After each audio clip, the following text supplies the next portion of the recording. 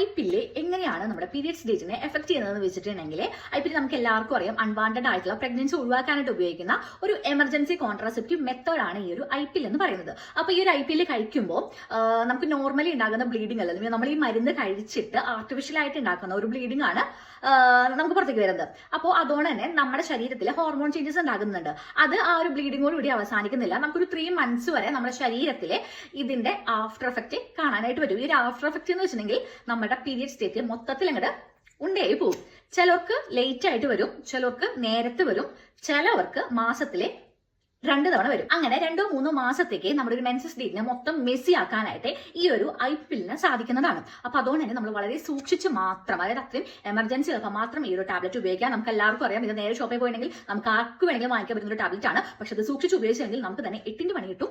അപ്പോൾ നിങ്ങൾക്ക് ഇത് യൂസ്ഫുൾ ആണെങ്കിൽ ബാക്കിയുള്ളവർക്ക് ഷെയർ ചെയ്ത് കൊടുക്കാം. അപ്പോൾ നമുക്ക് അടുത്ത വീഡിയോ കാണാം. ടാറ്റാ.